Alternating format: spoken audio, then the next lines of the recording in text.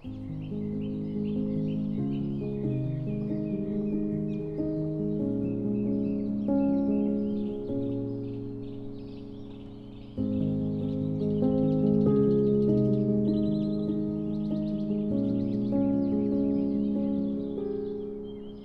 would love to live a simple life, but I can't afford a cabin in the countryside. Harvesting my own veggies would be the dream, but I can't afford to buy land to plant my own garden. I wish I could afford a simple life.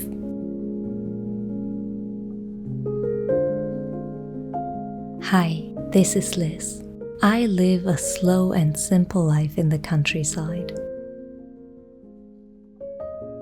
Over the months, I got quite a few comments under my videos, such as these ones. Comments from some of you who feel very drawn to a simpler, slower life. A life close to nature. A life far away from all the hustle and bustle and the stress of modern life. And a life that seems very difficult to obtain. And this really got me thinking. In this day and age, a simple and slow life seems to be a luxury rather than a necessity.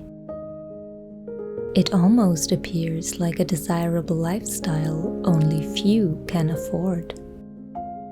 It seems quite ironic when you think about it. So many of us are longing to harvest our own veggies when it is so fast and easy and affordable to just stop by a supermarket. So many of us are longing for the solitude of the woods or the countryside when there are clearly so many amenities, options, and possibilities in the city. So many of us have grown tired of the constant stream of digital input and entertainment, longing to just forage for mushrooms in the forest or sit by a river. A lifestyle that is way more basic and in many aspects harder than it has to be has become an exclusive and desirable way of living. How has the life that was once the norm for most become an almost unreachable goal for most in our modern world? Has a life that is reduced to the minimum become a luxury lifestyle? Is a simple life only for the wealthy? And how can we achieve a simpler and slower lifestyle if we can't just go out and buy that dream cabin in the woods?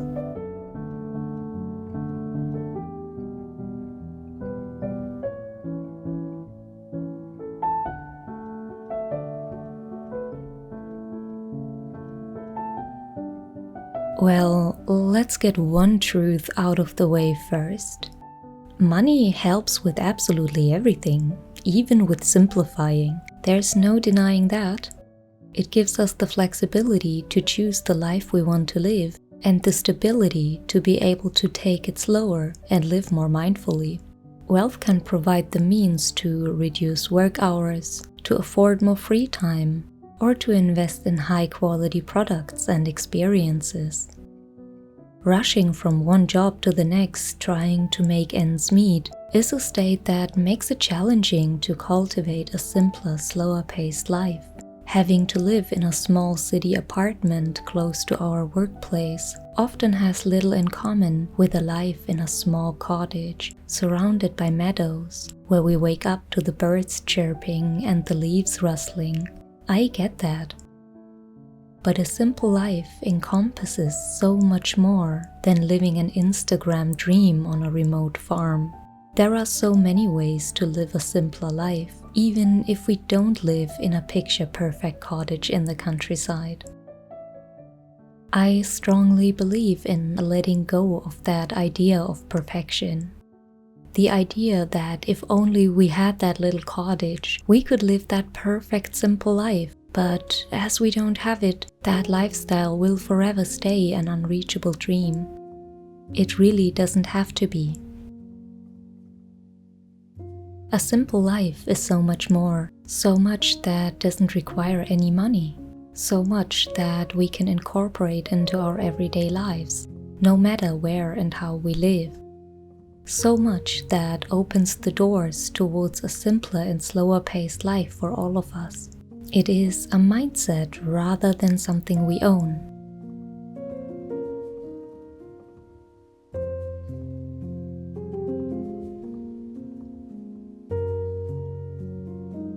A simple life is often about reducing material possessions, focusing instead on non-material aspects of life that bring joy and fulfillment.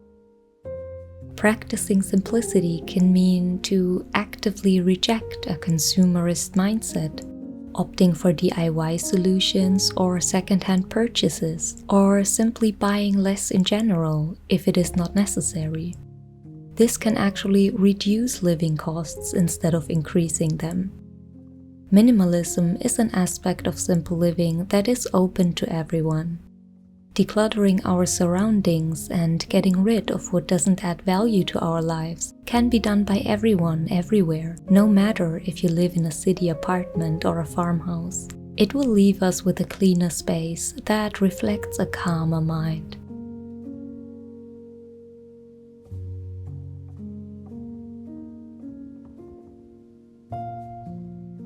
Many of us also value the sustainability aspect of a simple life. There are many sustainable changes we can make to our lives that have nothing to do with the money at our disposal. In some areas, sustainable options are more expensive, that is true. Not everyone can just go out and buy an electric car or only shop from high-quality fair fashion brands. But in other areas, implementing sustainable changes is entirely for free or even saves us money. Need some examples? Cutting out or reducing the amount of meat in our diet. Shopping secondhand in thrift stores, on flea markets or online. Walking shorter distances instead of driving. Drinking tap water instead of bottled water if it's possible in your area. Going to the library instead of buying books, making coffee at home instead of grabbing a to-go cup on the way, or organizing our errands so we can do as much as possible in one go if we have to drive somewhere anyway.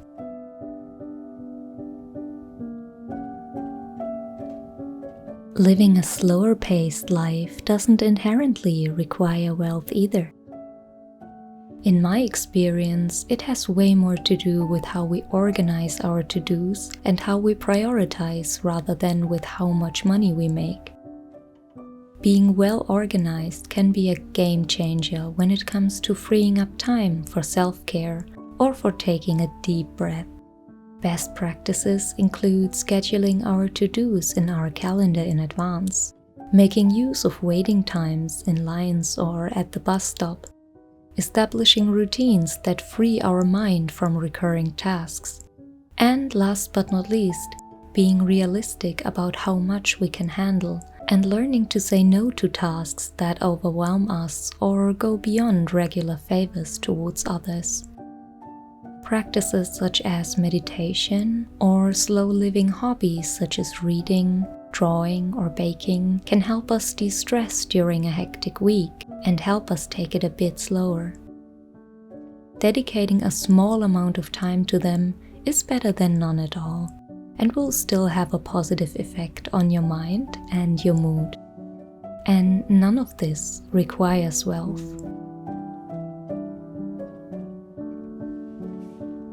Now, what about the aspect of living close to nature and growing our own veggies? If you don't live in a rural area, I encourage you to surround yourself with nature as much as possible instead. Even if you live in the city, there are usually parks, riversides, or maybe cemeteries that can provide this experience of being in nature.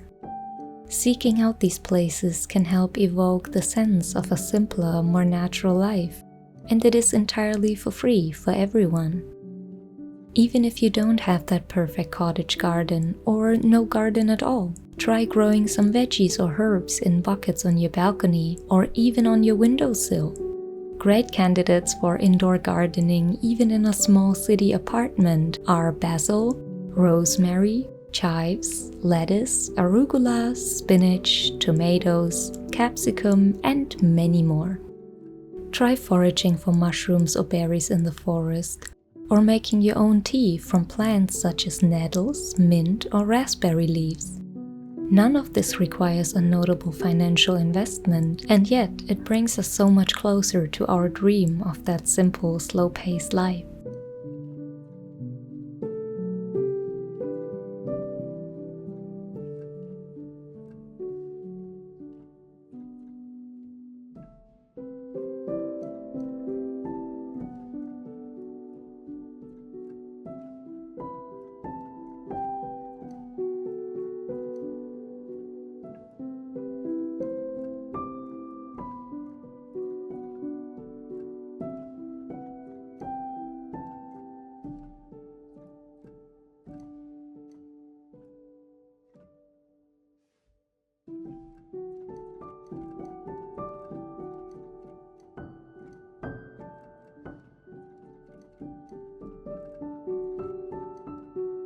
Now you might be thinking, that's all good and well, Liz, but what if I truly want that little cottage or cabin?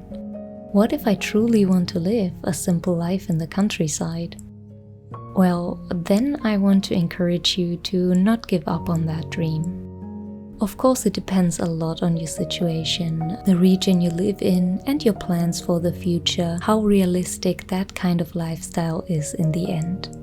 But especially if you are willing to put work into renovating a property, or maybe even building a cabin yourself, I encourage you to keep your eyes peeled for that trailer, that little abandoned cabin, or that piece of land someone is trying to get rid of.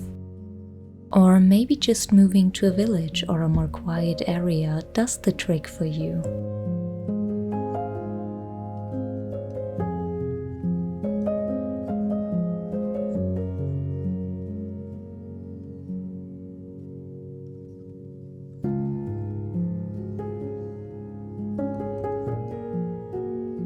A simple life isn't and shouldn't be a luxury lifestyle. It's a mindset and a way of living that we can incorporate the way it works for us. It's about meaning and purpose rather than possessions. It's a timeless philosophy that invites all of us to reclaim our time, reclaim our values, and reclaim our lives. To truly live in the moment and experience the beauty in the mundane and the bliss in the simple.